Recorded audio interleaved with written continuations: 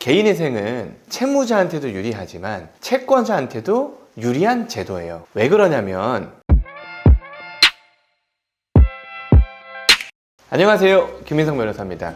개인회생을 신청하시는 분들이 개인회생에 대한 지식을 많이 갖고 계신 분들도 분명히 있어요. 왜냐하면 제가 찍어놓은 동영상을 공부를 엄청 많이 하고 오신단 말이죠. 근데 그렇지 않으신 분들도 분명히 계신단 말이에요. 그냥 뭐 알고리즘이 이끄는 어떤 영상 하나만 딱 보고 나 이 변호사 마음에 들어 라고 해서 전화 오셔가지고 계약하신 분들이 있는데, 그분들이 사건을 진행하다 보면 되게 기초적인 어떤 질문들을 하시는 경우들이 많이 있어요. 그래서 저희가 재생 목록에 가시면 개인회생의 기초라는 그런 재생 목록이 있습니다.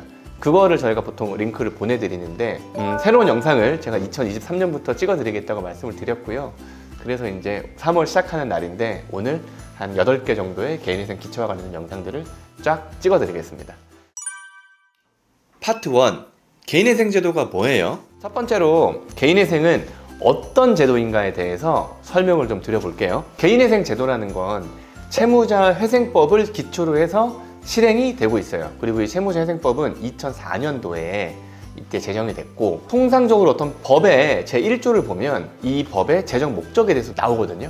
개인회생의 의의에 대해서, 그러니까 뜻에 대해서 설명을 드리면 이렇습니다. 재정적 어려움으로 인하여 파탄에 직면하고 있는 개인 채무자로서 장래 계속적으로 또는 반복하여 수입을 얻을 가능성이 있는 자에 대하여 채권자 등 이해관계인의 법률관계를 조정함으로써 채무자의 효율적 회생과 채권자의 이익을 도모하기 위하여 마련된 절차라고 어려운 말로 해놨는데, 쉬운 말로 설명을 해드릴게요. 쉬운 말로. 재정적 어려움, 이게 뭐냐면 가진 거에 비해 빚이 너무 많은 거예요. 파탄에 직면하고 있는, 이게 뭐냐면 빚이 많은데 내가 수입은 적어서 더 이상 갚기가 힘든 거야. 그럼 어떻게 돼요? 못 갚는 거죠. 그 못 갚는 상태를 재정적 파탄이라고 얘기를 하는 거예요. 개인 채무자, 회사도, 조합도, 뭐 개인도 여러 가지 어떤 법적 주체들이 빚이라는 걸 질 수 있는 거잖아요. 그 중에서 개인회생은 개인만 신청하라는 거예요. 그럼 회사는 법인회생 가면 되는 거예요. 장래 계속적으로 또는 반복하여 수입을 얻을 가능성이 있는. 회생은 갚는 거예요. 그리고 36개월 또는 60개월 그 사이의 기간 동안 정해진 금액을 꾸준히 갚는 거예요. 그러면 꾸준한 소득이 있어야지 갚을 확률이 엄청 늘어날 거잖아요. 그러니까 장래에 계속적 또는 반복한 수입이 있어야 된다는 거예요. 그게 뭐냐? 월급을 받는다라든가, 장사를 해서 사업소득이 있다라든가, 아니면 뭐 연금소득이 있다라든가, 이런 장래에 꾸준한 소득만 있으면 되는 거예요. 아시겠죠? 그 소득의 종류는 사실 가리지 않습니다. 채권자 등 이해관계인의 법률관계를 조정함으로써, 이게 뭐냐면 채무자가 빚을 안 갚으면 채권자가 화나잖아요. 그러면 막 강제 집행을 하고 압류를 하고 채무자를 괴롭힐 거란 말이죠. 그러면 채무자는 오히려 내가 당장 힘들어서 못 갚고 있는데 계속 이렇게 하면 내가 어떻게 사느냐, 어차피 내가 벌어봐야 통장 압류돼가지고 통장 쓰지도 못하고 나 그럼 현금 받는 일 할래, 나 너한테 10원도 안 갚을 거야, 이런 식으로 채무자가 흑화될 수 있단 말이에요. 흑화. 그래서 이 채무자의 흑화를 막기 위해서 채권자와 채무자한테 빚을 적절하게 갚을 수 있는 그 수준을 법원이 다리를 놔주겠다는 거예요. 왜? 채권자랑 채무자 붙여놓으면 대화가 되겠습니까? 엄청 열받아 있는데. 그 다음에 채무자의 효율적 회생과 채권자의 이익을 도모하기 위하여.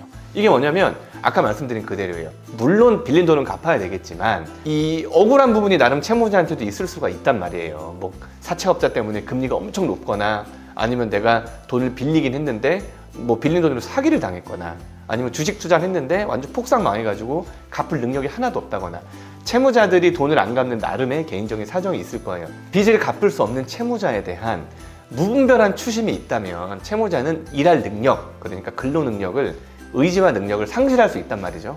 그러면 안 되니까 채권자한테 얘기를 하는 거야.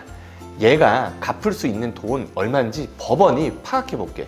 되게 철저하게 파악해 볼게. 그 다음에 갚을 수 있는 최대한을 너에게 갚게 할게. 그러면 좀 봐줘.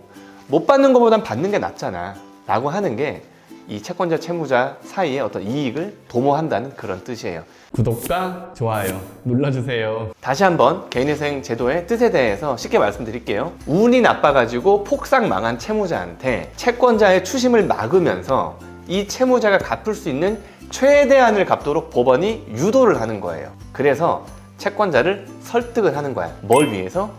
채무자와 채권자 상호 이익을 위해서. 실패한 사람한테 관용을 베푸는 그런 사회. 그죠? 그게 바람직한 사회겠죠. 채무자회생법에 있는 개인회생 제도는 채권자 희생을 발판으로 채무자의 재기를 도와주는 관용을 베푸는 제도다. 그러니까 채무자분들은 너무 당연한 거 아니냐라고 생각하면 절대 안 되는 거예요. 항상 말씀드리지만 채권자한테 항상 미안한 마음을 가지고 열심히 변제하시고, 그 다음에 변제가 끝나고 면책이 되면 그때부터 똑같은 실수를 반복하지 마시고 재기하시면 되는 거예요.